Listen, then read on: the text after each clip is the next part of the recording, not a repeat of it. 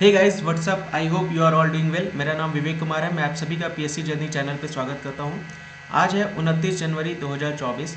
देखिए, ये वाला जो न्यूज़ एनालिसिस है, जो मैंने ये सीरीज़ स्टार्ट किया है आईएनए, ये आपके मेंस पॉइंट ऑफ व्यू से बहुत ज़्यादा इंपॉर्टेंट है, जहाँ पे मैं हर एक टॉपिक को बहुत अच्छे से डिटेल में आपको कवर कर रहा हूँ, ताकि बहुत सारी चीज़ें जो हैं आपको उस टॉपिक से रिलेटेड आपके पास पहुँच जाए। जो रिसोर्सेस है, जो पॉइंट्स है, जो जितने भी चीज़ें हैं, जो हॉट्स टॉपिक है, जो बेसिकली आज के डेट में जो करंट बेसिस पे बहुत ज़्यादा इंपॉर्टेंट है, वो उसको हम लोग यहाँ पे इस लेक्चर में हम लोग कवर करने जा रहे हैं।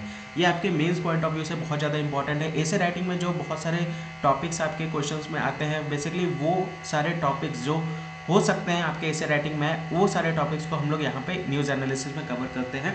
तो कोशिश कीजिएगा जितने भी वीडियोस आईएनए के आए उसको कवर करने का कोशिश कीजिएगा, कोई भी मिस मत कीजिएगा और नोट्स बनाते हुए चलिएगा, ताकि हर एक टॉपिक एक बार आप डिटेल में पढ़ ले तो दोबारा उस टॉपिक को पढ़ना ना पड़े। ठीक है, तो आइए स्टार्ट करते हैं आज का न्यूज़ एनालिसिस। स्टार्ट करने के पहले डॉक्टर एपीजे अब्दुल कलाम के द्वारा बहुत अच्छी बात यहाँ पे कही गई है कि मनुष्य के लिए कठिनाइयों का होना बहुत ज़्यादा ज़रूरी है, क्योंकि कठिनाइयों के बिना सफलता का आनंद नहीं लिया जा सकता है।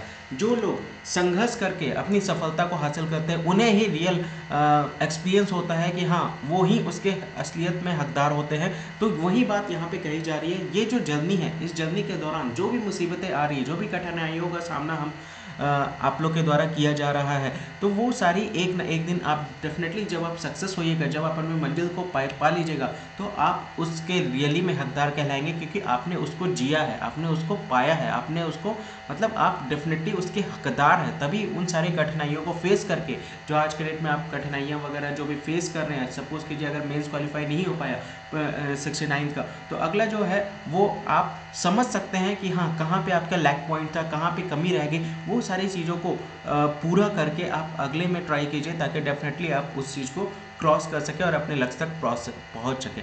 तो कठिनाइयों का होना बहुत ज़्यादा ज़रूरी है। जो असफलताएं होती है, वो असफलताएं से हमें सीखना बहुत ज़्यादा ज़रूरी है। वही हमें आगे का रास्ता को और अच्छा बनाती है और अपने लक्ष्य तक पहुंचने में और हेल्प करती है। ठीक है, आइए स्टार्ट करते हैं। आज का सबसे पहला न्यूज़ जो है वो यहाँ पे आप देख सकते हैं। यहाँ पे लास्ट आखिरी के 8 साल की अगर हम लोग बात करें, तो लास्ट 10 ईयर्स की बात यहाँ पे कही जा रही है। तो लास्ट 10 ईयर्स में यहाँ पे ये बोला गया है कि जितने, अगर इनरोलमेंट की बात करें हायर स्टडीज़ को लेकर के, देखिए बहुत इंपॉर्टेंट टॉपिक है यहाँ पे। वुमेंस की बात यहाँ पे कही जा रही है कि मेंस के कंपैरिजन में ज़्यादा है। आखिरी के 8 साल की मैं बात कर रहा हूँ। तो इसमें वुमेंस का जो इनरोलमेंट है, हायर एजुकेशन की बात कही जा रही है, ये कहाँ, ये किसके द्वारा बताया गया?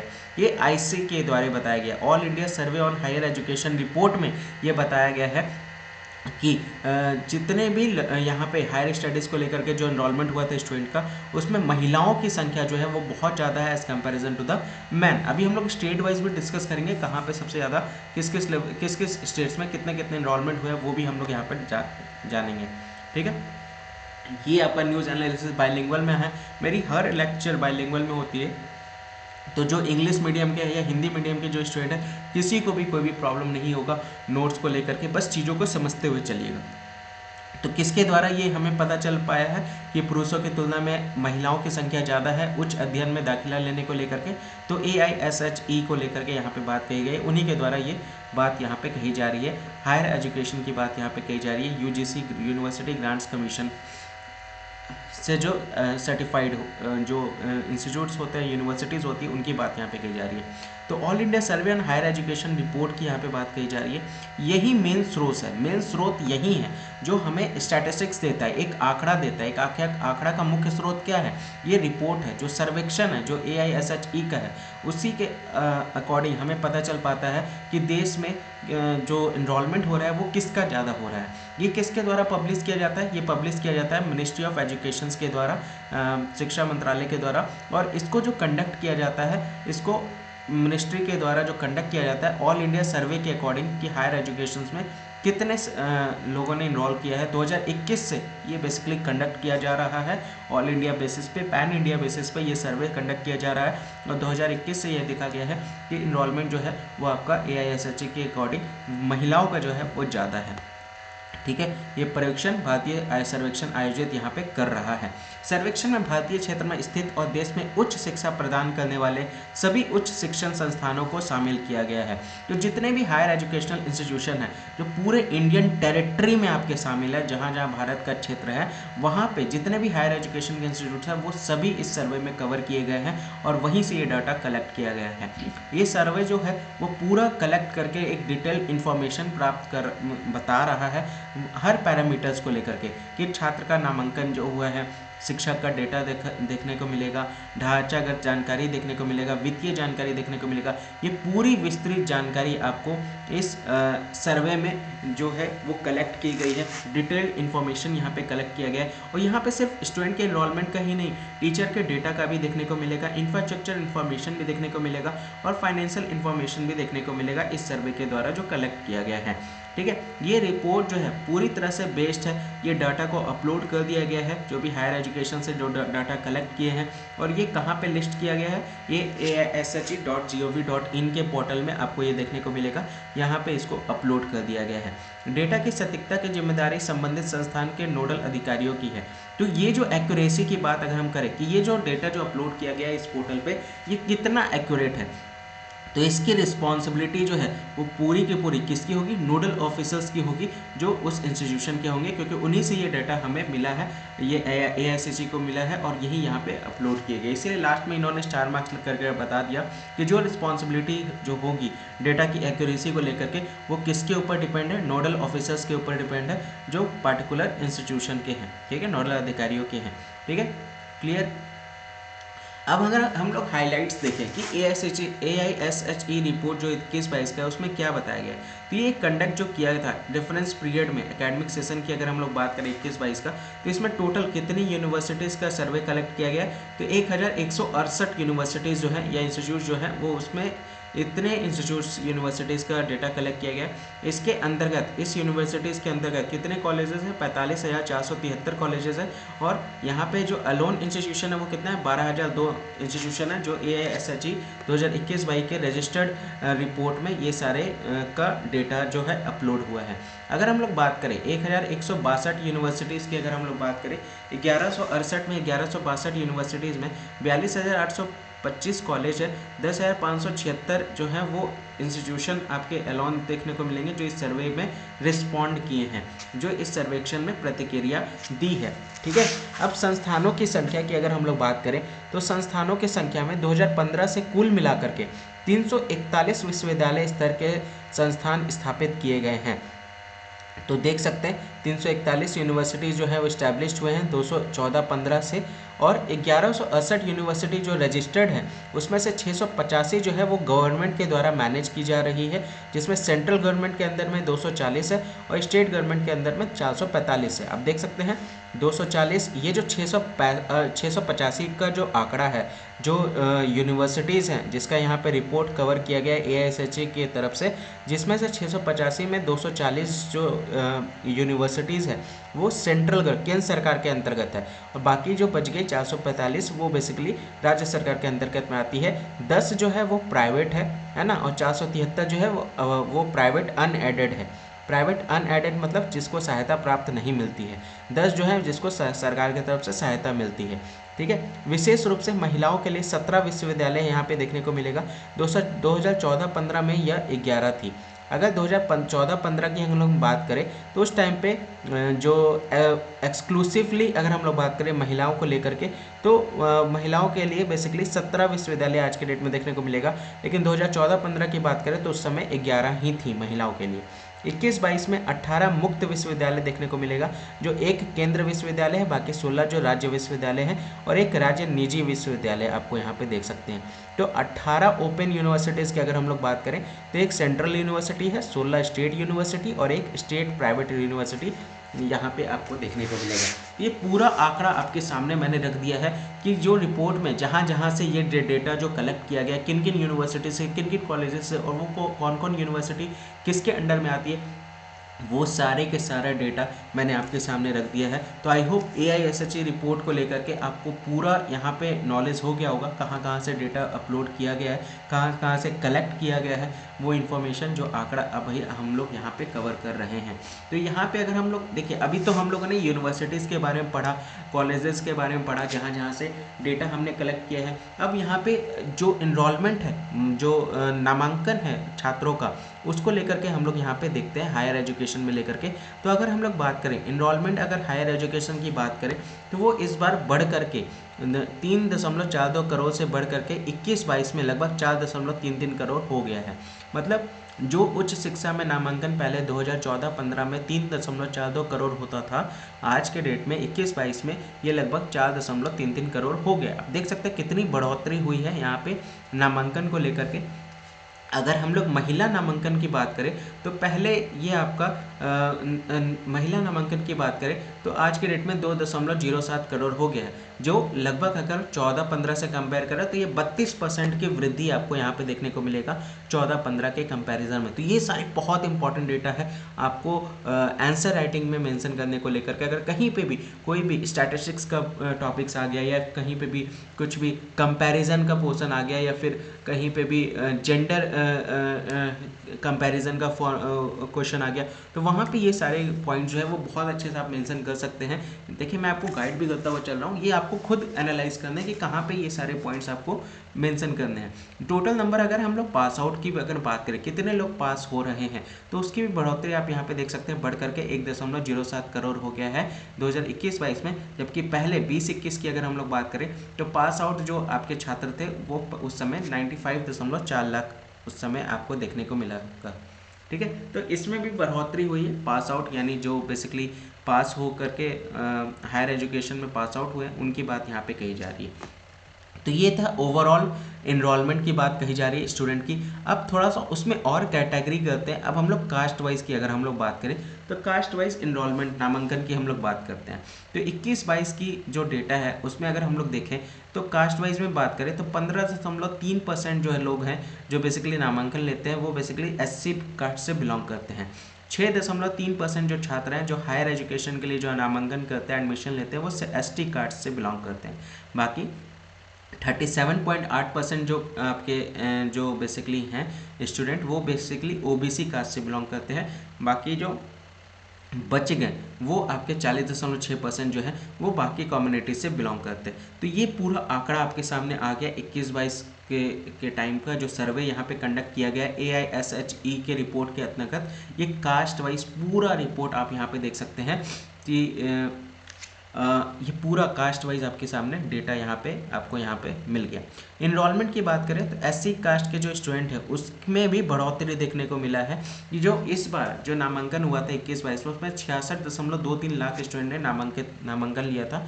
जबकि 2020-21 की बात करें तो 68.95 लाख लोग जो थे वो नामांकित हुए थे। तो इसमें भी बढ़ोतरी देखने को मिलेगा, यहाँ मिला है, बढ़ करके अब 66.23 लाख हो गया है। अनुसूचित जाति की बात कर रहे हैं।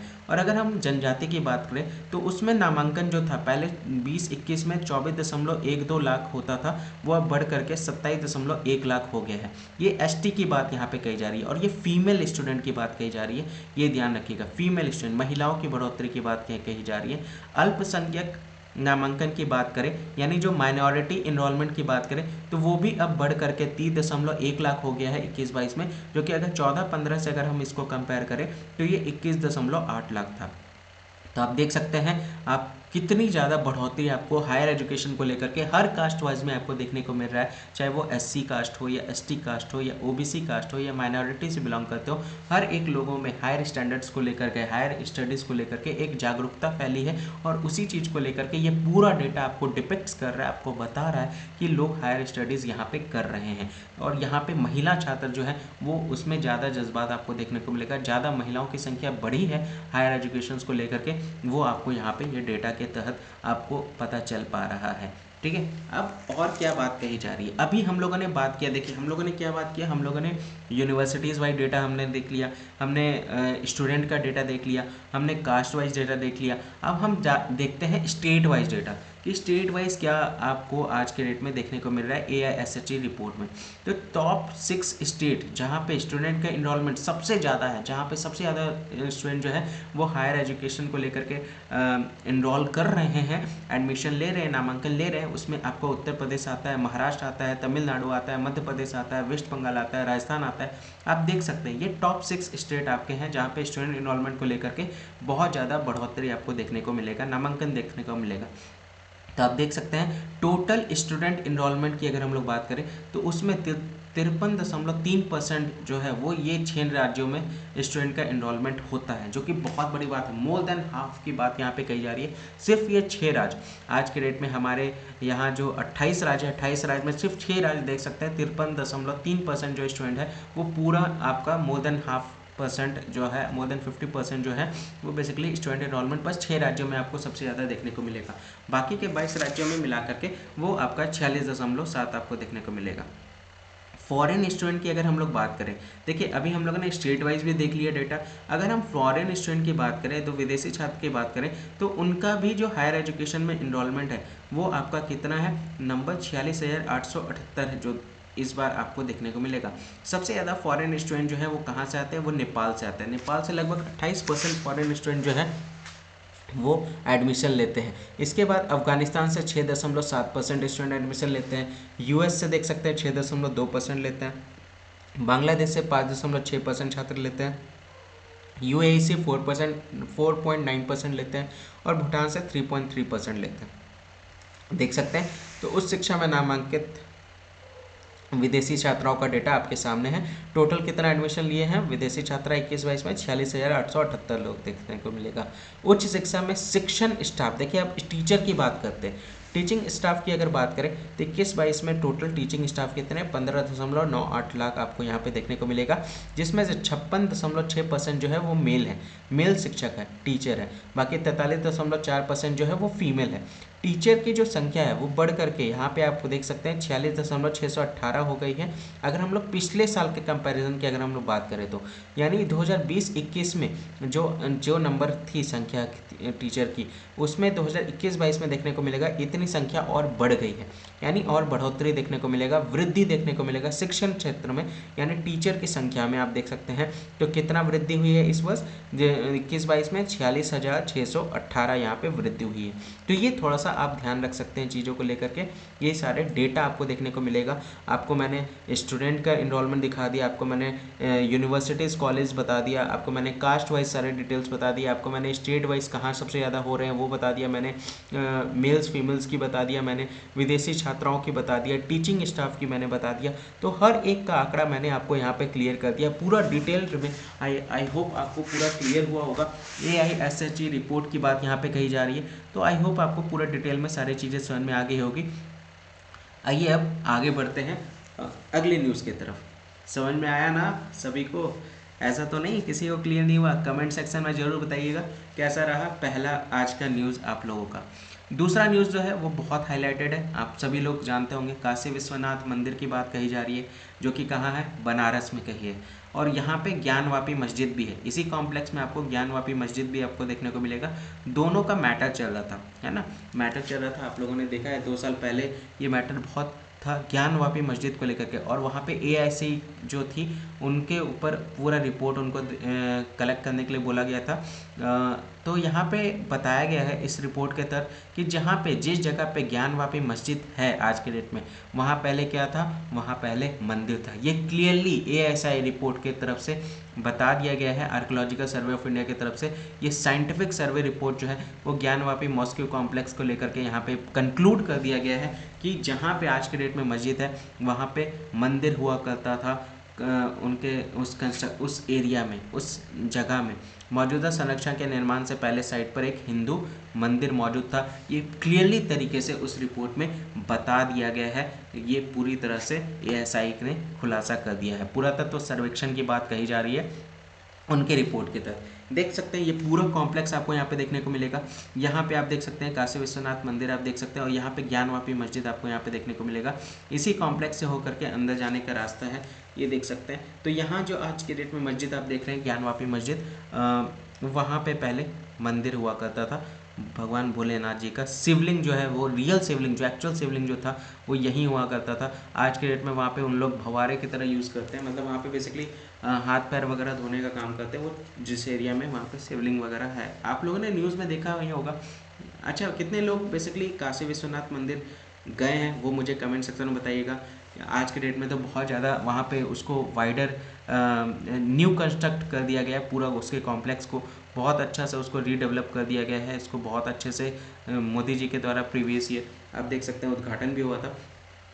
तो कितने लोग गए हैं, विजिट किए हैं, मुझे कमेंट सेक्शन बताइएगा, और कितने लोग नहीं गए हैं वो भी मुझे बताइएगा। तो कभी भी मौका मिले तो ज़रूर जाइएगा, ये बहुत अच्छा जगह है और यहाँ पे ज़रूर जाइएगा, जाना चाहिए भी यहाँ पे। अब थोड़ा सा बैकग्राउंड स्टोरी की बात हम लोग समझते हैं कि काशी विश्वनाथ ज्ञानवापी मस्जिद का मैटर क्या है, ये कहाँ से स्टार्ट हुआ। देखिए, एक लीगल इशू उठा था। ये 1991 पिटीशन फाइल हुआ था वाराणसी के डिस्ट्रिक्ट कोर्ट में। वाराणसी के जिला अदालत में दायर एक याचिका से जुड़ा हुआ है, जिसमें काशी विश्वनाथ मंदिर को ज्ञानवापी भूमि की बहाली की मांग की गई थी, है ना। तो ये जो रिस्टोरेशन की बात यहाँ पे कही गई थी, वाराणसी डिस्ट्रिक्ट कोर्ट में एक पिटीशन फाइल हुआ था 1991 में कि ये जो ज्ञानवापी लैंड है इसको रिस्टोर करके काशी विश्वनाथ मंदिर को देने की बात यहाँ पे कही गई थी। ये क्लेम रखा गया था क्योंकि वहाँ पे जो मॉस्क्यू कंस्ट्रक्ट किया गया है वो औरंगजेब के ऑर्डर पे किया गया था, ये वहाँ पे उस रिपोर्ट में बताया गया था। तो ये दावा किया गया था कि मस्जिद का निर्माण औरंगजेब के आदेश के तहत वहाँ पे किया गया था, जिसने 16वीं शताब्दी में कथित तौर पर मंदिर के एक हिस्से को तोड़ दिया था। देखिए, यहाँ पे साफ साफ बोला जा रहा है, उस जो याचिका दायर की है उसमें ये बोला गया है कि जहाँ पे ज्ञानवापी मस्जिद है वहाँ वो बेसिकली औरंगजेब के आदेश के बाद वो वहाँ पे बना था, 16वीं शताब्दी में वो मंदिर का हिस्सा तोड़ करके वहाँ पे बनाया था। अब मामला यहाँ पे पुनर्जीवित कब हुआ, 2019 में, जब सुप्रीम कोर्ट के बाबरी मस्जिद राम जन्मभूमि विवाद के फैसला आया था। आप लोगों को पता है 2019 में ये फैसला आया, जिसके तहत अभी 22 तारीख को आप देख सकते हैं रामलला जी का जो वहाँ पे हुआ इनॉग्रेशन हुआ, वहाँ पे आप देख सकते हैं प्राण प्रतिष्ठा हुआ। तो उसके रिजल्ट के बाद बाबरी मस्जिद और राम जन्मभूमि विवाद के फैसले के बाद वाराणसी जिला अदालत में एक याचिका दायर की गई ज्ञानवापी मस्जिद को लेकर के। अदालत ने एएसआई को एक वैज्ञानिक सर्वेक्षण करने का निर्देश दिया। अब वहाँ पे जब ये याचिका दायर हुई वाराणसी जिला अदालत में, तो उसने एएसआई को एक सर्वेक्षण करने का निर्देश दिया, जिसमें कानूनी कार्रवाई और प्रतिक्रिया की एक श्रृंखला शुरू हुई। उदाहरण के लिए 2021 में इलाहाबाद हाई कोर्ट ने पूजा स्थल अधिनियम 1991 पर जोर देते हुए वाराणसी अदालत में कार्रवाई पर रोक लगा दी। देखिए, यहाँ पे फ्रंट फुट पे अब कौन आया 2021 में, इलाहाबाद हाई कोर्ट, जहाँ पे उन्होंने रोक लगा दी प्रोसीडिंग को लेकर के जो वाराणसी कोर्ट के द्वारा किया गया था प्लेस ऑफ वर्शिप एक्ट 1991 के तहत। और ये एक्ट क्या करता है, रोकता है। ये एक्ट क्या करता है, रोकता है कोई भी चेंजेस हो रिलीजियस कैरेक्टर को लेकर के, कोई भी जहाँ पे प्रार्थना की जा रही, जहाँ पे वर्शिप की जा रही, जहाँ पे पूजा की जा रही, उस जगह पे 15 अगस्त 1947 के बाद से कोई भी चेंजेस नहीं होंगे। उस जगह पे पूरी तरह से प्रतिबंध लगाने की बात कही गई है इस अधिनियम के तहत। 15 अगस्त 1947 तक किसी पूजा स्थल के धार्मिक चरित्र में बदलाव को रोकने की बात यहाँ पे ये अधिनियम करता है। और यही बात इलाहाबाद हाई कोर्ट के द्वारा वाराणसी अदालत को कही गई और ये कार्रवाई को रोकने की मांग रखी गई। अब ये उस समय ये चीज़ें रोक दी गई थी। अब जुलाई 2023 में वाराणसी जिला अदालत ने एएसआई को मस्जिद का वैज्ञानिक सर्वेक्षण करने और यह पता लगाने का काम सौंपा था कि क्या इसका निर्माण एक हिंदू मंदिर के पहले से मौजूद संरचना पर किया गया है। अब यहाँ पे जो एएसआई को ये टास्क दिया गया, किसके द्वारा, वाराणसी डिस्ट्रिक्ट कोर्ट के द्वारा जुलाई 2023 में, कि एक सर्वे कंडक्ट कीजिए जो बेसिकली पता चल सके उस सर्वे के तहत कि यहाँ पे क्या पहले से कोई हिंदू मंदिर था। तो ये चीज़ें जो थी वो एक टेम्परेरी पॉज कर दी गई थी सुप्रीम कोर्ट के द्वारा, और एएसआई जो है वो फिर से इस सर्वे को किया है अगस्त 2023 से स्टार्ट। ठीक है, तो ये पूरा बैकग्राउंड स्टोरी था जो अभी हम लोगों ने पढ़ा। अब यहाँ पे क्या, उसके बाद क्या हुआ, देखिए यहाँ पे क्लियरली जो बताया गया है कि पहले से मौजूद संरचना संभवतः 17वीं शताब्दी में औरंगजेब के शासनकाल के दौरान नष्ट कर दी गई थी। मतलब औरंगजेब का जो शासनकाल आया था। चलिए यहाँ पे एक क्वेश्चन मैं आपसे पूछता हूँ, औरंगजेब कितना से कितने वर्ष तक शासन किया है ये मुझे बताइएगा, और औरंगजेब का दूसरा क्या नाम था ये भी मुझे बताइएगा। आई होप आप लोगों ने हिस्ट्री बहुत अच्छे से पढ़ा होगा, तो मुझे बताइएगा औरंगजेब का शासनकाल कब से कब तक था, औरंगजेब का दूसरा नाम क्या था ये ज़रूर बताइएगा, और औरंगजेब के बायोग्राफी वगैरह जो अगर थी, बायोग्राफी बनी है कि नहीं, अगर बनी है तो उसका नाम क्या है वो भी मुझे बताइएगा।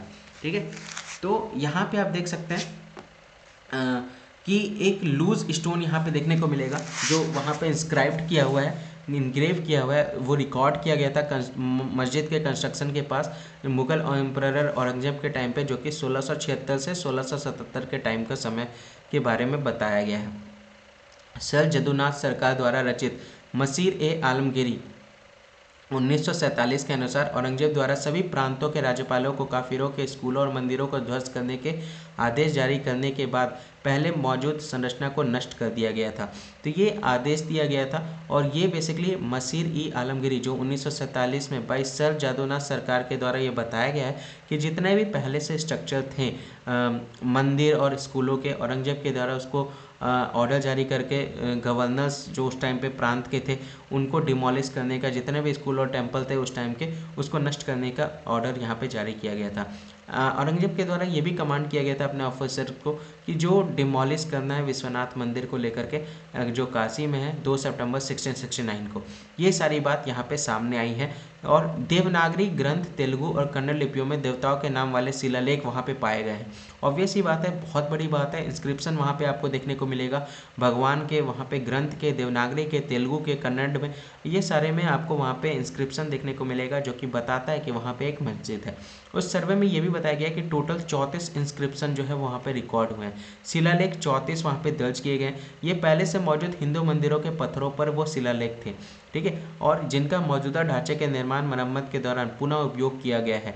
अब वो जो ढांचा था जो पहले गिराया गया था उसी स्टोन्स को फिर वापस कंस्ट्रक्ट करने के लिए यूज़ किया गया था जिसमें ये सारे इंस्क्रिप्शन पहले से रिकॉर्डेड थे। ये रिपोर्ट ये भी बताता है कि जो भी देवताओं के नाम वगैरह वहाँ पे मेंशन थे, इंस्क्रिप्टेड थे, जैसे जनार्दन हो गया जो विष्णु का दूसरा नाम है, विष्णु भगवान का, रुद्र आपको देखने को मिलेगा, शिव जी का दूसरा नाम है, उमेश्वरा आपको वहाँ पे देखने को मिलेगा उन सभी शिलालेख में। तो ये सारे देवताओं के नाम वहाँ पे पाए गए थे, जो बहुत बड़ी बात है। ये सारी चीज़ें रिपोर्ट में मेंशन है। 3 शिलालेख में उल्लेखित महामुक्ति मंडप आपको वहाँ पे देखने को मिलेगा। महामुक्ति मंडप यहाँ पे आप देख सकते हैं, ये टर्म्स आपको वहाँ पे 3 शिलालेख में देखने को मिलेगा। महामुक्ति मंडप मतलब क्या होता है, फ्रीडम, मुक्ति मतलब फ्रीडम, मंडप मतलब प्लेटफॉर्म, ये सारे वहाँ पे शिलालेख में पाए गए जो कि एक ये बहुत महत्वपूर्ण शब्द है जो दर्शाता है कि वहाँ पे एक मंदिर हुआ करता था। ठीक है, तो ये सब मुख्य बातें हैं जो ASI की रिपोर्ट में बताई गई है। आई होप आपको क्लियरिटी आ रही होगी सारी चीज़ों की कि अब तक क्या क्या हुआ है वहाँ पे ज्ञानवापी मस्जिद के रिपोर्ट के तहत। जो ASI रिपोर्ट ने जो जारी किया है उसमें ज्ञानवापी मस्जिद हो गया, काशी विश्वनाथ मंदिर हो गया, क्या क्या चल रहा है। आई होप एक वाइडर पिक्चर आपको क्लियर हो गया होगा कि उससे रिलेटेड जो भी जो प्रोसीडिंग हो रही है कोर्ट में, जो ASI के द्वारा जो रिकॉर्ड किया गया, आई होप वो सारी चीज़ें आपको क्लियर होते हुए चल रही है। क्लियर हो रही है ना? अगर हो रही है तो लाइक तो बनता है, लाइक कर दीजिए एक बार सारे लोग वीडियो को, जितने लोग देख रहे हैं। अब यहाँ पे जो पहले से मंदिर था उसके भाग की अगर बात करें तो उसको वापस से कुछ हिस्सों को तोड़ फोड़ दिया गया था। पहले से मौजूद मंदिर के कुछ हिस्सों को तोड़ फोड़ दिया गया था। अब कमल पदक के दोनों ओर उकेरी गई व्याला आप देख सकते हैं। तो व्याला क्या होता है, एक मतलब कमल के दोनों साइड का हिस्सा जो होता है वो वहाँ पे बेसिकली यूज़ किया गया दोबारा उस जगह को निर्माण करने में। और जो एरिया होता है कॉर्नर के बीच का, उसको डेकोरेट किया गया है फ्लोरल डिज़ाइन के लिए, जो स्टोन मास वहाँ से रिमूव किया गया था।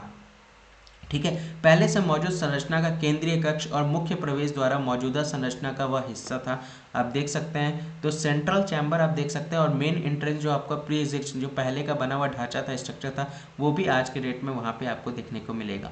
उस रिपोर्ट के तहत ये भी बात कही गई है जो इसके पहले वहाँ पे मंदिर था वो एक बहुत ही बड़ा सेंट्रल चैम्बर था वहाँ पे, जिसमें एक चैम्बर जो था नॉर्थ की तरफ था, एक साउथ की तरफ, एक ईस्ट की तरफ, एक वेस्ट की तरफ, आप देख सकते हैं। इसमें से कहीं पे भी एक तरफ जो है एक दिशा में कम से कम एक कक्ष जो था क्रमशः उत्तर, दक्षिण, पूर्व या पश्चिम में था, ये भी वहाँ पे उस रिपोर्ट के मुताबिक बताया गया है। केंद्रीय कक्ष अब मौजूदा संरचना का केंद्रीय हॉल बनता है।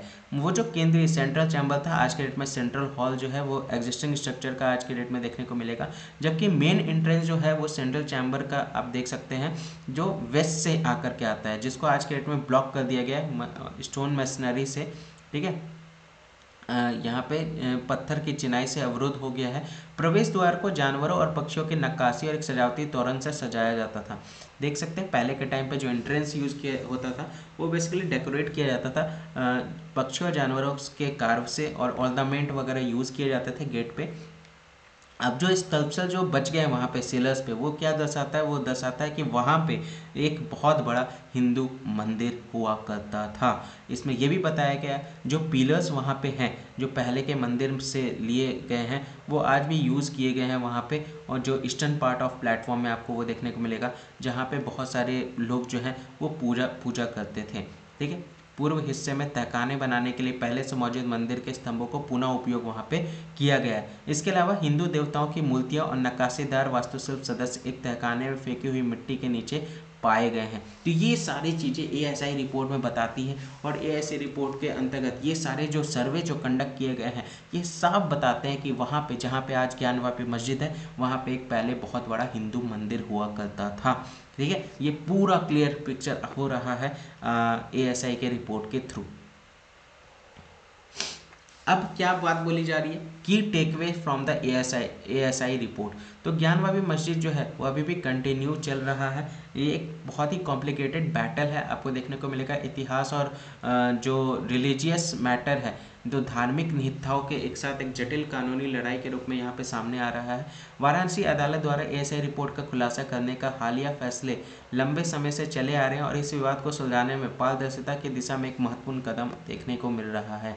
ये लॉन्ग स्टैंडिंग डिप्यूट जो है उसको रिजॉल्व करने को लेकर के यहाँ पे सारी चीज़ें करी जा रही है। एक ट्रांसपेरेंसी को लेकर के फॉलो किया जा रहा है सारे स्टेप्स, जबकि अपोजिशन के द्वारा क्या मेंटेन किया गया आज के डेट में साइलेंस मैटर किया जा रहा है, वो कुछ नहीं आज के डेट में कह रहे हैं। आरएसएस और बीजेपी के द्वारा ये इंडिकेट किया गया है कि वो अभी कोई भी हरी में नहीं है किसी भी इशू को लेकर के, और वो वेट के ऑर्डर का वेट कर रहे हैं, मतलब कोर्ट के ऑर्डर का वेट कर रहे हैं कि वो उसको लीड कर सके मैटर को, जिस मामले पर अदालत के फैसले का इंतजार कर रहे हैं। इसलिए वो अभी तक अपनी चुप्पी बनाए रखे हैं। आरएसएस की बात करें, एक पदाधिकारी के अनुसार क्या बोला गया कि संघ को 1980 के दशक में अयोध्या राम मंदिर के मुद्दे को एक लामबंदी मुद्दे के रूप में उठाना पड़ा ताकि लोगों तक पहुंच बनाई जा सके और हमारी चिंताओं को मुख्यधारा की बहस में शामिल किया जा सके। तो उसी को लेकर के बात की जा रही है। 1980 में मोबिलाइजेशन इशू को लेकर के यहाँ पे बात कही गई है ताकि ज़्यादा से ज़्यादा लोगों तक हम पहुँच सकें और हमारा जो कंसर्न है उसको मेन डिबेट के रूप में हम उसको ला सकें, कन्वर्ट कर सकें। उस टाइम पे सोसाइटी जो थी उस समय उतना अलाइव नहीं थी, उस समय उतना इन्वॉल्व नहीं थी इन सभी कंसर्न्स को लेकर के जितना आज के डेट में यूनिटी आपको देखने को मिल रहा है। आज के डेट में सोसाइटी जो है वो बहुत बड़ा स्टेप्स ले रही है सारे कल्चरल कंसर्न्स को लेकर के, एक कलेक्टिव ग्रुप के रूप में सारे उभर करके आ रही है सामने, और सब इस मुद्दे को एक यूनिट वे में इसको आगे लेकर के चल रही है। अभी आप देख सकते हैं प्रांत प्रतिष्ठा में कितने लोग वहाँ पे आपको देखने को मिलेगा जमावड़ा में जमा हो गए थे। अभी आप देख सकते हैं दर्शन करने लोग कितने लोग आज के डेट में अयोध्या विजिट कर रहे हैं। तो एक श्रद्धा है, एक आस्था है सबके मन में, उसको यूनाइट लेने को लेकर के देख सकते हैं पूरे देश भर में जो 22 तारीख को क्या जश्न मनाया गया है अयोध्या राम मंदिर का प्रांत प्रतिष्ठा को लेकर के। तो एक यूनिटी आपको देखने को मिला पूरे देश भर में, और वही चीज़ें आज के डेट में देखने को मिल रही है जो उस टाइम पे 1980 के टाइम पे नहीं देखने को मिली थी। ठीक है, समाज आज की तरह इन चिंताओं के प्रति जागरूक नहीं था। 1980 की बात कही जा रही है। अब यह समाज ही जिसने इन सभी सांस्कृतिक चिंताओं को सामूहिक चिंताओं के रूप में ले लिया है। ठीक है, तो ये था पूरा ज्ञानवापी का और काशी विश्वनाथ मंदिर के रिपोर्ट थी जो एएसआई की रिपोर्ट जो जारी की गई है। आई होप ये सारे पॉइंट्स सफिशिएंट होंगे आपके। कहीं पे भी अगर इस टॉपिक से रिलेटेड कोई भी क्वेश्चंस है तो आप इसको बहुत अच्छे से बारीकी से आंसर राइटिंग में मेंशन कर सकते हैं। इसको एक बार अच्छे से पढ़ लीजिए, अच्छे से नोट कर लीजिए, और इसको दोबारा पढ़ने का कहीं पर भी कोई भी ज़रूरत नहीं पड़ेगा। ये विश्वास कीजिए मेरा, बहुत अच्छे से आप इसको लिख पाएंगे अपने आंसर राइटिंग में। बस इस चीज़ों का ध्यान आपको रखते हुए चलना है। जो आंकड़े मैंने बताए इनरोलमेंट को लेकर के वो आपको ध्यान में रखते हुए चलना है। कहीं पे भी जेंडर गैप को लेकर के कहीं पे भी क्वेश्चन आए, या इनइक्वलिटीज़ को लेकर के क्वेश्चन आए, या एम्पावरमेंट को लेकर के क्वेश्चन आए, वहाँ पे वो सारे पॉइंट्स आप वहाँ पे कलेक्ट करके आप वहाँ पे मेंशन कर सकते हैं। तो ये एक तरह से ये आपका एक प्लस पॉइंट के रूप में आपको ये सारे आंसर राइटिंग में हेल्प करेंगे। अगला न्यूज़ यहाँ पे आप देख सकते हैं, सिंगचुंग बुगुन विलेज की बात कही जा रही है, कम्युनिटी रिजर्व की बात कही जा रही है। ये कहाँ पे, ये अरुणाचल प्रदेश में देखने को मिलेगा, जहाँ आज के डेट में रिपब्लिक डे के परेड के दौरान वहाँ पे इन्होंने शोकेस किया था Singchung Bugun village community reserve, जो कि 17 स्क्वायर किलोमीटर बायोडाइवर्सिटी हॉटस्पॉट आपको वहाँ पे देखने को मिलेगा। एक सामुदायिक रिजर्व का प्रदर्शन उनके द्वारा वहाँ पे देखने को मिलेगा अरुणाचल प्रदेश में गणतंत्र दिवस के परेड में वहाँ पे ये हुआ था। जैव विविधता का हॉटस्पॉट आपको देखने को मिलेगा सिंगचुंग बुगुन आपको देखने को मिलेगा ग्राम सामुदायिक रिजर्व की बात यहाँ पे कही जा रही है। अब ये क्या है, ये कम्युनिटी क्या है, आइए इसके बारे में थोड़ा सा जानते हैं। पहला तो ये ध्यान रखिएगा, ये 17 स्क्वायर किलोमीटर का विविधता हॉटस्पॉट है, जो कि कहाँ पे है, अरुणाचल प्रदेश में है। 40 किलोमीटर आपको यहाँ पे फेमस देखने को मिलेगा eagle nest wild life sanctuary. आप देख सकते हैं ईगल नेस्ट वन्य जीव अभयारण्य यहाँ पे 40 किलोमीटर दूर यहाँ से आपको देखने को मिलेगा। ये सिंगचुंग बुगुन ग्राम उद्योग की बात कही जा रही है। क्षेत्र में जैव विविधता की रक्षा के लिए 2017 में रिजर्व बनाया गया था। तो यहाँ पे आप देख सकते हैं 2017 में इसको प्रोटेक्ट डाइवर्सिटी के रूप में इस रीजन को यहाँ पे क्रिएट किया गया था। ये एक घर है क्रिटिकली इंडेंजर्ड स्पीसीज के लिए, जैसे पेसरिन बर्ड बगन हो गया, लियो चिचला हो गया, जिसको बाद में नाम बुगुन्स रख दिया गया था, बुगुन्स कम्युनिटी। यहाँ पे आप देख सकते हैं इसी के नाम पे ये रिजर्व यहाँ पे रखा गया है। इसको यहाँ पे बेसिकली जो क्रिटिकली जो विलुप्त होने के कगार पे जो प्रजाति होती हैं उनको यहाँ पे प्रिजर्व करने को लेकर के ये रिजर्व यहाँ पे बनाया गया है। ये एक फर्स्ट बर्ड स्पेसीज आपको देखने को मिलेगा जो यहाँ पे डिस्कवर किया गया था इंडिया में कंट्री के आज़ाद होने के बाद से, ठीक है। और ये अभी तक ओनली यहाँ पे बुगुन्स कम्युनिटी लैंड आपको यह देखने को मिलेगा पूरे भारतवर्ष में। बुगुन्स को प्रोटेक्ट करने की बात यहाँ पे कही जा रही है। बुगुन्स के लिए एक डाइवर्सिटी, प्रोटेक्ट डाइवर्सिटी यहाँ पे बनाया गया है। बुगुन्स एक इंडिजिनियस कम्युनिटी आपको देखने को मिलेगा जिसकी पॉपुलेशन यहाँ पे 2000 तक आप देख सकते हैं, जो कि फैला हुआ है 12 गाँव में।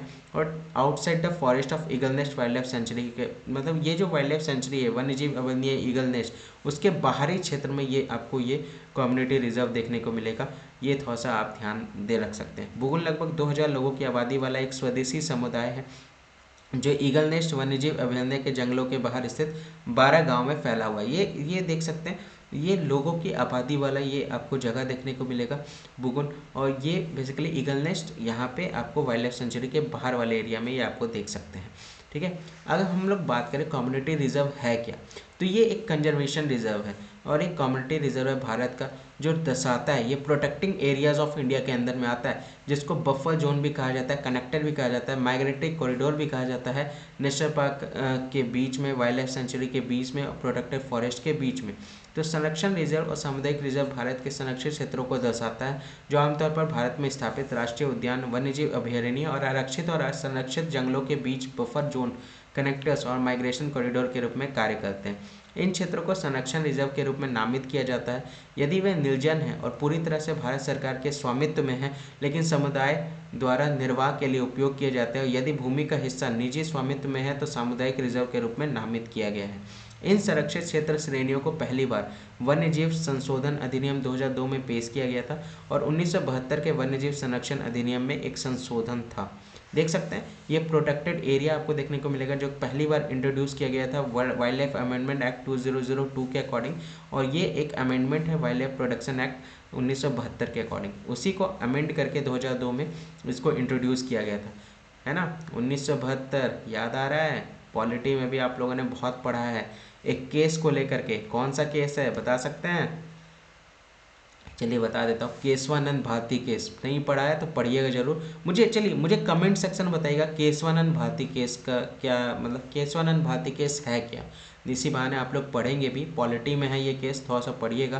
केशवानंद भारती केस के बारे में आपको बताना है। ये कैटेगरी जो है वो यहाँ पे ऐड किया गया था ताकि इनकी प्रोटेक्शन को कम किया जा सके और एक एग्जिस्टिंग और प्रपोज प्रोटेक्टिंग एरिया जो है वो हम बना सकें ताकि उनके लैंड को प्राइवेट ऑनरशिप दिया जा सके, ताकि वो अपना लैंड खुद यूज़ कर सकें, ठीक है। तो भूमि की निजी स्वामित्व और भूमि उपयोग के कारण मौजूदा या प्रस्तावित संरक्षित क्षेत्रों में और उसके आसपास कम सुरक्षा के कारण इन श्रेणियों को जोड़ा गया था। वाइल्ड लाइफ प्रोटेक्शन एक्ट के प्रावधान किसी क्षेत्र को सामुदायिक आरक्षित घोषित किए जाने के बाद उस पर लागू होते हैं। देख सकते हैं ये जो प्रोविज़न है इसका, ये अप्लाई उन एरिया पर होता है जो पहले कम्युनिटी रिजर्व में डिक्लेयर करना पड़ता है, बाद में फिर ये वाइल्ड लाइफ प्रोटेक्शन एक्ट वहाँ पे अप्लाई होता है उस एरिया में। तो अभी यहाँ पे देख सकते हैं कम्युनिटी रिजर्व यहाँ पे डिक्लेयर किया गया है। इसको सिंगजुंग बुगुन ग्राम सामुदायिक रिजर्व, बाद में इसको यहाँ पे प्रोविज़न के तहत WLPA अप्लाई वहाँ पे कर दिया जाएगा उस एरिया में वाइल्ड लाइफ प्रोटेक्शन एक्ट के तहत। ठीक है, आई होप ये क्लियर हो गया होगा। अरुणाचल प्रदेश से रिलेटेड न्यूज़ था, थोड़ा सा ध्यान रखिएगा। Eagle nest wild life sanctuary के आउटर एरिया की बात यहाँ पे कही जा रही है। अगला न्यूज़ जो है वो झारखंड से है। तसल सिल्क की बात यहाँ पे कही जा रही है। पड़ोसी राज्य झारखंड, बिहार का देख सकते हैं। झारखंड का जो झांकी प्रोड्यूस किया गया था, वहाँ पे दिखाया गया था, शोकेस किया गया था रिपब्लिक डे के टाइम पे। तो वहाँ पे किस चीज़ को दर्शाया गया था? Skill of tribal women in the production of तसल सिल्क। जो तसल सिल्क का जो उत्पादन है उसमें जो बेसिकली आदिवासी महिलाओं के कौशल को वहाँ पे प्रदर्शित किया गया था। तो ये थोड़ा सा आप ध्यान दे सकते हैं। तसल सिल्क, ध्यान रखिएगा, तसल सिल्क की बात की जा रही है। ये आप देख सकते हैं, तसल सिल्क आप देख सकते हैं, इस तरह का दिखता है। ये झांकी आपको देखने को मिलेगा, देख सकते हैं तसल सिल्क का झांकी। ये झारखंड का झांकी आपको यहाँ पे देखने को मिलेगा। पीछे आप उत्तर प्रदेश का देख पा रहे हैं, भगवान राम का जी का झांकी आपको यहाँ पे देखने को मिलेगा। तो झारखंड में तसल सिल्क, इसको तूसर भी कहा जाता है, तूसर। ठीक है, तो यहाँ पे तसल सिल्क के बारे में थोड़ा सा जान लेते हैं। ये एक तरह का वाइल्ड सिल्क कहलाता है, जो कि सिल्क वॉर्म से बनता है, जो बेसिकली पौधों को फीड करने के लिए यूज़ किया जाता है। जैसे आसान हो गया, अर्जुन हो गया, ठीक है, जैसे पौधों को ये खाते हैं। तो ये रेशम के कीड़ों से बनाया जाता है, जो आसन और अर्जुन जैसे पौधों को खाते हैं। भारत के विभिन्न भागों के लोग इसे तुषार, देखिए क्या क्या कहा जाता है। तसल सिल्क को बेसिकली कुछ लोग तुषार कहते हैं, कुछ तुषर कहते हैं, कुछ तुषार कहते हैं, कुछ तुषा कहते हैं, कुछ तसोर कहते हैं या तसर कहते हैं। तो ये सभी चीज़ जो है वो एक ही तसल सिल्क ही है, ये ध्यान रखिएगा। ठीक है, इसके निर्माता कौन है, प्रोड्यूसर्स कौन है, थोड़ा सा आप देख सकते हैं। ये सबसे ज़्यादा अगर वर्ल्ड वाइड की हम लोग बात करें तो सबसे ज़्यादा ये चाइना में होता है, फिर श्रीलंका में होता है, फिर बांग्लादेश में होता है। इंडिया जो है वो सेकेंड लार्जेस्ट प्रोड्यूसर आपको देखने को मिलेगा तसर सिल्क का। लेकिन एक्सक्लूसिवली प्रोड्यूसर आप देख सकते हैं, इंडियन तसर को जो है वो ट्रॉपिकल तसर भी कहा जाता है, जो कि ट्राइबल्स के द्वारा बहुत ज़्यादा ये पैमाने पर आदिवासियों के द्वारा की जाती है। तो भारत तसर रेशम का दूसरा सबसे बड़ा उत्पादक है और भारतीय टसर का विशेष उत्पादक, जिसकी देखभाल बड़े पैमाने पर आदिवासियों द्वारा की जाती है।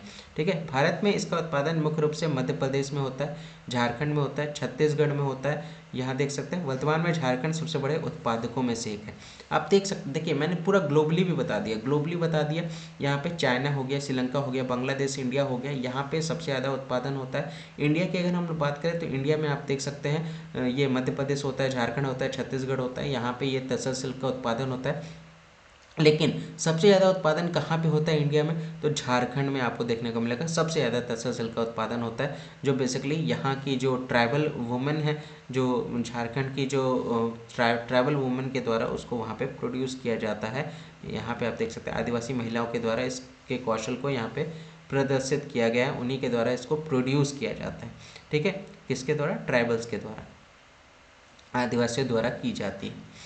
अब इसके फीचर्स क्या है, कहाँ कहाँ यूज़ होते हैं, तो यहाँ पे आप देख सकते हैं ये नेचुरल गोल्डन कलर यहाँ पे इससे बनता है, प्राकृतिक सुनहरे रंग के लिए प्रसिद्ध और मूल्यवान है।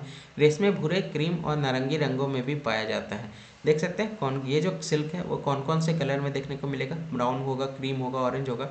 ये कलर जो है वो किसके प्रोडक्ट्स, ये बेसिकली किसको लेकर के काउज करता है, कारोटेनॉइड्स आपको देखने को मिलेगा, इस प्रेजेंस होता है सिल्क में, उसी की वजह से ये बेसिकली कलर जो है वो इसी में आता है।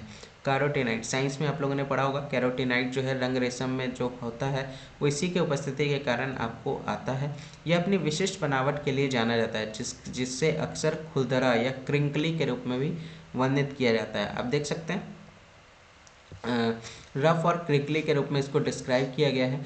ये भी बात कहना बिल्कुल सही होगा कि ये फाइबर जो तसर सिल्क का है वो शॉर्टर होता है दूसरे सिल्क के कंपैरिजन में। जैसे मलबरी सिल्क हो गया तो उसके सिल्क के कंपैरिजन में ये क्या होता है, छोटे होते हैं। परिणाम स्वरूप तसल रेशम के कपड़े कम चिकने भी होते हैं और उनकी सतह अधिक असमान होती है। तो ये भी बात आप कह सकते हैं, अनइवन सर्विस होता है तसल सिल्क का, और ये लेस स्मूथ होते हैं। तसल सिल्क फैब्रिक्स की अगर हम बात करें तो ये कैरेक्टरिस्टिक्स वेव होते हैं जो दूसरे सिल्क से बहुत ज़्यादा अलग देखने को मिलता है। इसके जो धागे होते हैं बहुत मोटे होते हैं दूसरे सिल्क के कंपैरिजन में, और they are woven in way that create checkerboard pattern. अब यहाँ पे देख सकते हैं चेकर बोर्ड पैटर्न बनाता है ये धागा, आप देख सकते हैं ये हल्का है फिर भी आश्चर्यजनक रूप से मजबूत आपको यहाँ पे देख सकते हैं। ये हल्का आपको देखने को मिलेगा, लग्जरियस सॉफ्ट फील आपको यहाँ पे देखने को मिलेगा। कश्मीरी और वेलवेट के कंपैरिजन में शानदार नरम एहसास यहाँ पे आप देख सकते हैं। यह नमी बरकरार रखता है और क्वालिटी जो देखने को मिलेगा इससे दुनिया के गर्म मौसम के पहनने के आनंददायक होता है, आनंददायक बनाता है। ठीक है, तसर सिल्क अधिक छिद्रपूर्ण होता है और इसे अधिक पहनने योग्य बनाता है। ये बहुत पोरस भी होता है और इसको बहुत पहना भी जाता है, देख सकते हैं। तो ये पूरा इसके फीचर्स हैं, इसकी विशेषताएं हैं तसर सिल्क की, जो मैंने आपको बता दी पूरा डिटेल्ड में। ये थोड़ा सा आप ध्यान में रख सकते हैं, तसर सिल्क के बारे में पूरा डिटेल में हम लोग यहाँ पे डिस्कस कर लिए हैं। ठीक है, आई होप क्लियर हो गया होगा। तसर सिल्क कहाँ पे होता है सबसे ज़्यादा, कौन सा राज्य सबसे ज़्यादा प्रोड्यूस करता है, तो सबसे ज़्यादा प्रोडक्शन वाला राज्य जो है वो झारखंड है। सबसे ज़्यादा कहाँ पे होता है, कौन कौन देशों में, चाइना, बांग्लादेश, इंडिया, आपका श्रीलंका, इसमें सबसे ज़्यादा आपको ये देखने को मिलेगा, चाइना, श्रीलंका, बांग्लादेश। आइए अब अगले न्यूज़ की तरफ बढ़ते हैं। अगले न्यूज़ जो है वो आपका है फुटला लेक, फुटल लेक की बात यहाँ पे कही जा रही है। यहाँ पे आप देख सकते हैं फुटाला झील। फुटाला झील कहाँ है, अभी ये देख सकते हैं सुप्रीम कोर्ट के द्वारा रिसेंट महाराष्ट्र सरकार को कहा गया है कि मेट्रो रेल कॉरपोरेशन को वो कंस्ट्रक्ट ना करे फेमस फुटाला लेक के पास, जो नागपुर में है। कहाँ है, तो सुप्रीम कोर्ट ने हाल ही में महाराष्ट्र सरकार और उसके मेट्रो रेल कॉरपोरेशन को नागपुर की प्रसिद्ध फुटाला झील पर कोई भी निर्माण गतिविधि नहीं करने को स्ट्रिक्टली मना किया। आप यहाँ पे देख सकते हैं फुटाला झील नागपुर में है, ये बेसिकली यहीं पे आसपास यहाँ पे मेट्रो कंस्ट्रक्शन करने को लेकर के स्ट्रिक्टली प्रोहिबिटेड किया गया है सुप्रीम कोर्ट के द्वारा महाराष्ट्र गवर्नमेंट। ठीक है, अब फुटाला लेक की बात करें तो यहाँ पे इसको तिलनखेड़ी लेक भी कहा जाता है, तो कहाँ पे है, नागपुर के पश्चिमी हिस्सा में ये जनरली देखने को मिलेगा। ठीक है, ये भी बोला जाता है कि ये 200 साल पुराना है और ये 60 एकड़ में ये झील जो है वो फैला हुआ है। किसके द्वारा इसको बनाया गया था, भोसले जो राजा थे नागपुर के, उन्हीं के द्वारा इसको बनाया गया था। और ये जो लेक है, ये जो झील है, ये किसके लिए फेमस है, कलरफुल फाउंटेन्स के लिए ये बेसिकली फेमस है। और इसको बनाया गया था भोसले राजाओं द्वारा निर्मित। यह झील अपने रंगीन फवाड़ों के लिए जानी जाती है। झील 3 तरफ से जंगल से घिरी हुई है और चौथी तरफ से एक सुंदर समुद्र तट भी है। देख सकते हैं ये झील 3 तरफ से जंगल से घिरा हुआ है और एक तरफ से बेसिकली समुद्र तट जो है वो आपका 4 साइड से टच करता है। ठीक है, तो उसी से रिलेटेड फुटाला झील के बारे में हम लोगों ने यहाँ पे देखा। और अगर हम लोग बात करें, जो यहाँ पे बात कही गई है, भोसले जो राजा थे उनके बारे में बात कही जा रही है, तो उनके वंश के बारे में थोड़ा सा पढ़ लेते हैं। तो इनको भोसले जो थे वंशज, उसमें जो वो बेसिकली मराठा थे, बहुत प्रमुख मराठा के राजा वगैरह थे, जो कुछ राज्यों में रूल करते थे। रघु जी भोसले जो थे बरार के रहने वाले थे, जिन्होंने इसकी स्थापना की थी 1730 में। देख सकते हैं बरार की रघु जी भोसले ने 1730 में राघवंश की स्थापना की थी। इस कबीले के सबसे प्रमुख सदस्य मराठा साम्राज्य के संस्थापक शिवाजी थे। देख सकते हैं कबीले के सबसे प्रमुख सदस्य मराठा महाराज के संस्थापक शिवाजी थे, ये ध्यान रखिएगा। उनके उत्तराधिकार ने सतारा में अपनी राजधानी से महाराजाओं के रूप में शासन किया। हालांकि शाहू प्रथम के शासनकाल के दौरान साम्राज्य का वास्तविक शासन पेशवाओं मराठों के वंशानुगत मुख्यमंत्री के पास चला गया। देख सकते हैं शाहू प्रथम के कारण ये सारी जो वास्तविक शासन वगैरह थी वो पेशवा और मराठों के वंशानुगत के मुख्यमंत्री के पास चला गया। सतारा के भोसले महाराजाओं के अलावा भोसले वंश के शासकों ने 17वीं शताब्दी में तमिलनाडु के तंजावर में और 18वीं शताब्दी में आधुनिक महाराष्ट्र के नागपुर और कोल्हापुर में खुद को स्थापित किया। देख सकते हैं 17 शताब्दी के बाद इन्होंने तंजावर हो गया, नागपुर हो गया, कोल्हापुर में इन्होंने अपनी स्थापित की,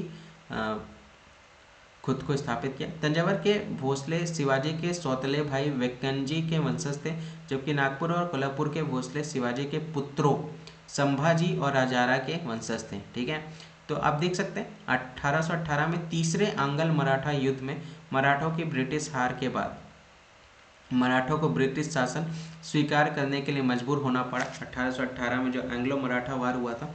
ठीक है, चलिए मुझे बताइएगा एंग्लो मराठा वार में कौन कौन युद्ध किया था, किन किन के बीच में युद्ध हुआ था। चलिए ये भी मुझे कमेंट सेक्शन बताइएगा। देखिए क्वेश्चंस मैं पूछूंगा, हर वीडियो में आपसे क्वेश्चन पूछूंगा। मुझे आपके क्वेश्चंस के आंसर चाहिए ही कमेंट सेक्शन में। जो आंसर देगा उनके नाम अगले वीडियो में मैं अनाउंस करूंगा। तो जितने भी क्वेश्चंस मैं दे रहा हूँ उसके क्वेश्चंस के आंसर मुझे कमेंट सेक्शन में चाहिए, ठीक है। तो यहाँ पे देख सकते हैं एंग्लो मराठा युद्ध के बारे में आपको बताना है, किन किन के बीच में युद्ध हुआ था, कौन कौन राजा वगैरह के बीच में, अंग्रेजों की तरफ से कौन नेतृत्व कर रहा था, इधर से कौन नेतृत्व कर रहा था, वो मुझे जानना है, और किसके द्वारा कौन जीता। तो 4 भोसले राजवंश स्थानीय स्वायत्ता बरकरार रखते हुए ब्रिटिश संप्रभुता को स्वीकार करते हुए अपनी रियासतों के शासक बन गए। मतलब जो वहाँ पे शासन करते थे ब्रिटिश सरकार के बाद, ब्रिटिश हार के बाद, वो भी वहाँ पे शासक, अपनी रियासतों के शासक बने रहे।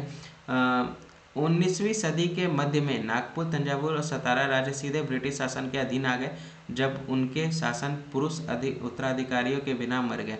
आप देख सकते हैं उनके शासक पुरुष अधिकारी के बिना बन गए। 1947 में भारत की आज़ादी तक कोल्हापुर एक रियासत के रूप में जारी रहा, जब शासक भारत सरकार में शामिल हो गए। आप देख सकते हैं, तो यहाँ पे आप देख सकते हैं कि जो प्रिंसली स्टेट थे कोल्हापुर, वहाँ एज ए प्रिंसली स्टेट आपका रहा, जबकि 19वीं सेंचुरी में जो रूलर्स थे वो सारे मर गए थे बिना मेल हायर्स के। आप देख सकते हैं तंजावर और सतारा में की बात कही जा रही है। 1947 में वैसे ही रहा, 1947 के बाद ये इंडियन गवर्नमेंट का हिस्सा बन गया। तो ये पूरा भोसले राजवंश के बारे में मुख्य तथ्य था जो मैंने आप लोग को यहाँ पे बताया। तो ये था पूरा डिटेल्ड में न्यूज़ एनालिसिस। कैसा लगा आपको ये वीडियो ज़रूर बताइएगा मुझे कमेंट सेक्शन में। वीडियो अगर पसंद आया तो आप वीडियो को लाइक ज़रूर कर दीजिएगा, वीडियो को शेयर ज़रूर कर दीजिएगा, चैनल पे अगर नए हैं तो सब्सक्राइब कर दीजिएगा और बेल आइकन पे भी क्लिक कर दीजिएगा। देखिए ये सारे इंपॉर्टेंट न्यूज़ एनालिसिस है जो हम लोग यहाँ पे कवर कर रहे हैं। ये आपके मेंस पॉइंट ऑफ व्यू के लिए बहुत ज़्यादा इंपॉर्टेंट है, क्योंकि बहुत सारे पॉइंट्स मैं आपको डिटेल में सारी चीज़ें बता रहा हूँ। आप देख सकते हैं इनरोलमेंट को लेकर के, वुमेन इनरोलमेंट को लेकर के कितना डिटेल में हम लोगों ने डिस्कस किया, ज्ञानवापी मस्जिद को लेकर के हम लोगों ने पूरा डिटेल में डिस्कस किया। तो ये सारे बहुत इंपॉर्टेंट जो न्यूज़ है वो मैं आपको कवर करके दे रहा हूँ। ज़्यादा से ज़्यादा लोगों को गाइड कीजिए, ज़्यादा से ज़्यादा लोगों को बताइए। करेंट अफेयर यहाँ पे डेली बेसिस पे होती है, ताकि वो डेली बेसिस पे आकर के इस क्लास को ज्वाइन कर सके। और आप लोग से रिक्वेस्ट है, जितने लोग वीडियो को देख रहे हैं इसका नोट ज़रूर बनाया कीजिए। बहुत सारे पॉइंट्स मैं आपको बना करके दे रहा हूँ। एक बार ये सारी न्यूज़ एक बार आप अच्छे से पढ़ लेंगे तो अब इससे बात है दोबारा पढ़ने की ज़रूरत नहीं पड़ेगी, और ये आपके लिए बहुत ज़्यादा हेल्पफुल काम करेगा आने वाले एग्जाम्स में। तो आई होप सारी चीज़ें आपको क्लियर हुई होगी। तो आज के लिए बस इतना ही। जय हिंद, जय भारत।